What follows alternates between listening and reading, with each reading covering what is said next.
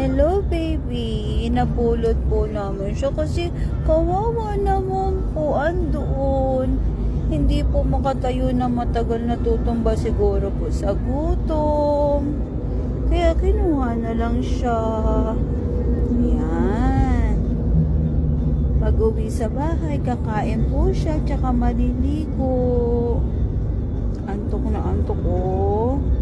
Kawawa naman, natanggal na ni mama yung nagtututong sa ice. Binalot po kasi nilalamig po siya. Pinunasan siya ni mama. Kawawa. Naku po, nakatulog na. Tingnan niyo po ang payat-payat nito. Payat-payat. Sobra. Sobra po siyang payat. Ayan po. Sobrang payat po. Oh. Sobra po siyang payat.